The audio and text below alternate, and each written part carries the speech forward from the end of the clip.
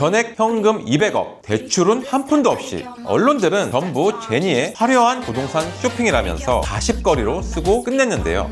참 한가한 소리입니다. 그리고 지금 바로 그 땅에서 공사가 시작됐습니다. 현장을 지나던 누군가의 카메라에 포착됐죠. 건축주 김제니, 팻말이 선명하게 붙어 있었습니다. 진짜 돈 냄새를 맡는 상위 1% 자산가들이 이 거래의 숫자를 보고 소름이 돋았던 이유, 이제 현실이 증명하고 있습니다. 건물값은 고작 1억, 근데 현금 200억을 그 땅에 꽂고 지금 건축 공사를 하고 있습니다. 대중들은 몰랐고 상위 1%는 이미 알고 있었습니다. 오늘 언론이 말해주지 않는 그 무서운 계산기를 숫자로만 완전히 뜯어드리겠습니다.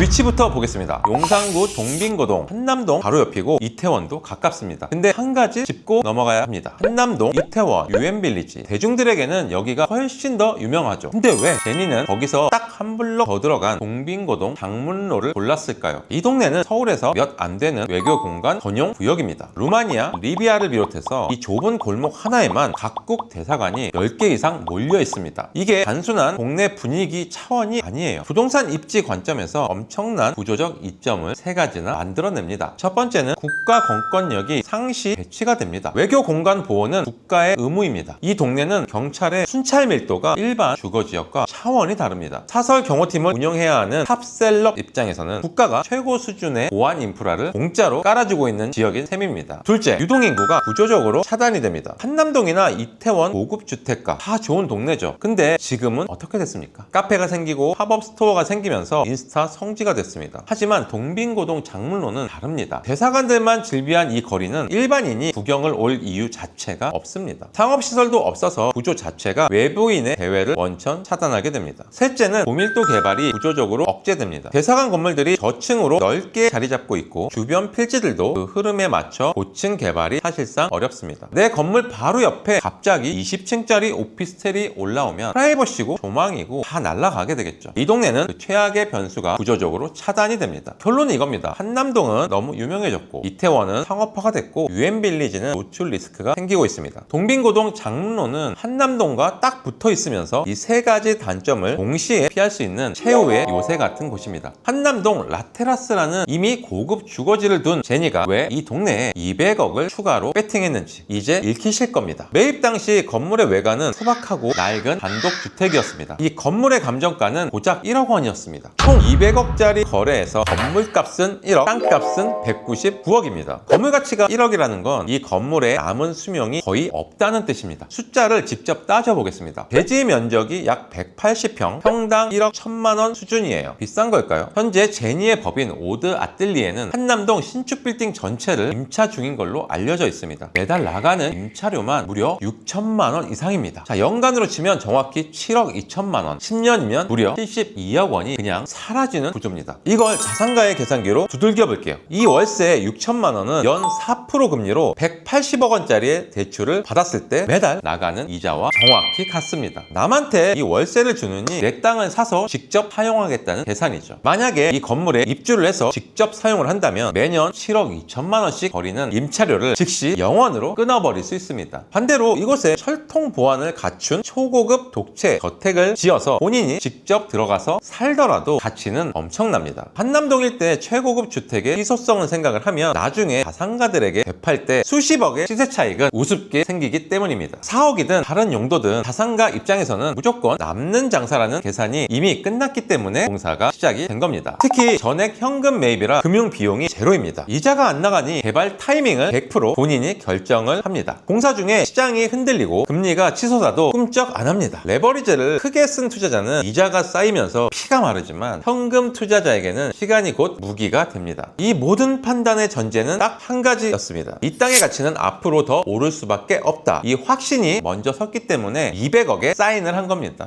돈 많은 셀럽이 좋은 땅을 샀구나 하고 끝내면 안 됩니다. 진짜 소름 돋는 반전은 지금부터입니다. 부자들이 규제는 피하고 호재만 쏙쏙 빼먹는 기술을 보여드리겠습니다. 용산구 지도를 넓게 펴보겠습니다. 지금 이 지역을 둘러싸고 동시에 진행 중인 초대형 4대 개발 호재가 있습니다. 첫 번째는 바로 옆 한남 한남 3구역 재개발입니다. 한강변 6천여 가구의 초대형 명품 단지로 탈바꿈합니다. 이미 이주를 마치고 본격적인 철거와 착공 단계에 접어들었어요. 이 단지가 완성되는 순간 주변 집가가 어떻게 폭등할지 굳이 설명할 필요도 없습니다. 둘째는 용산국제업무지구, 아시아의 비즈니스 심장이 될 용산 서울코어입니다. 무려 2001년에 처음 계획이 되었다가 24년간 우여곡절을 겪으면서 마침내 작년 11월에 착공을 하게 됐습니다. 2031년 입주를 목표로 기반시설 공사가 한창 진행 중인데 조만간 획지별 건축이 시작된다고 합니다. 과거에 강남에 테헤란로가 처음 생겼을 때의 집가 상승을 떠올리면 됩니다. 강북이 완전히 새롭게 바뀌게 될 겁니다. 셋째, 서울 한복판 마지막 초대형 녹지인 용산공원의 개발입니다. 용산 미군기지 반환부지를 공원으로 개발하는 초대형 프로젝트예요. 약 90만 평의 규모입니다. 한국에도 맨하탄에 센트럴파크 같은 공간이 생기게 되는 겁니다. 네 번째는 유엔사 그리고 캠프킴 부지의 개발이에요. 최고급 주거 단지들이 주변에 줄줄이 신축 중입니다. 고급 주거지가 늘어나면서 고소득 소비층이 늘어나고 관련된 상점과 F&B들이 지속적으로 들어설 예정이에요. 이 4개의 개발 호재를 지도 위에 올려놓고 보면 소름 돋는 사실이 보입니다. 제니가산 동빙고동 땅이 이 4대 개발축의 한가운데 정확히 교차점에 걸려 있다는 점입니다. 그런데 여기서 이 입지의 진짜 반전 장점이 나옵니다. 외교 공간의 이전은 국가 간의 외교 협의 사항입니다. 일반 재개발처럼 지자체가 마음대로 강제 수용을 할 수가 없습니다. 즉, 이 구역 자체가 재개발 구역으로 묶여서 내 땅을 강제로 뺏기거나 조합원 분쟁에 휘말릴 리스크가 구조적으로 제로라는 뜻입니다. 남들에게는 개발 규제로 보였던 대사관 구역이 부자들에게는 내 자산을 완전하게 지켜주는 최고의 보호막이었다는 겁니다. 전체를 정리하겠습니다. 이 건물 매입을 그냥 연예인의 화려한 부동산 쇼핑으로만 읽으면 배울 게 하나도 없습니다. 하지만 숫자의 구조로 읽으면 완전히 다른 그림이 보입니다. 사방의 개발 호재, 중심층에 알박기를 두고 리스크는 철저히 피하면서 현금의 힘으로 타이밍을 지배하는 찐 자산가의 전형적인 투자 패턴입니다. 이번 매입을 통해서 연간 7억 2천만 원의 임차료 리스크를 끊어버릴 카드를 이미 실행에 옮긴 겁니다. 하지만 일반 투자자가 이 입지를 무턱대고 따라갈 때는 치명적인 리스크가 생길 수도 있습니다. 대사관 밀집 구역은 신축이나 용도 변경을 할 때 외교부 및 관련 기관과의 협의 절차가 일반 지역보다는 훨씬 까다롭습니다. 보도 제한, 외관 규정, 보안 심사 등 예상치 못한 인허가 지연이 발생할 수 있습니다. 이번 거래처럼 200억 전액 현금 매입이라면 인허가가 1, 2년 늦어져도 버티면서 협의하면 그만입니다. 이자가 안 나가니까요. 하지만 대출 레버리지를 일으키는 일반 투자자에게는 단 몇 달의 인허가 지연도 수천만 원의 이자 폭탄으로 돌아와서 파산으로 이어질 수가 있습니다. 입지가 좋아 보인다고 해서 무턱대고 진입했다가는 발목이 제대로 잡힙니다. 오늘 드리고 싶은 메시지는 바로 이겁니다. 진짜 자산가들의 움직임을 볼 때 어디를 샀는지보다 왜 그 구조로 샀는지 그 계산기를 먼저 읽어보세요. 여러분의 다음 딜이 200억이 아니더라도 이 구조적인 판단 기준은 어떤 규모의 부동산 투자에도 그대로 적용이 됩니다. 개니의 이 건물 매입 탁월한 선택이라고 보시나요? 아니면 200억짜리 리스크라고 보시나요? 만약 여러분들이 200억이 있다면 사시겠습니까? 댓글에 의견을 남겨주세요. 오늘도 이 영상이 도움이 되셨다면 구독과 좋아요 부탁드립니다. 돈깨비였습니다.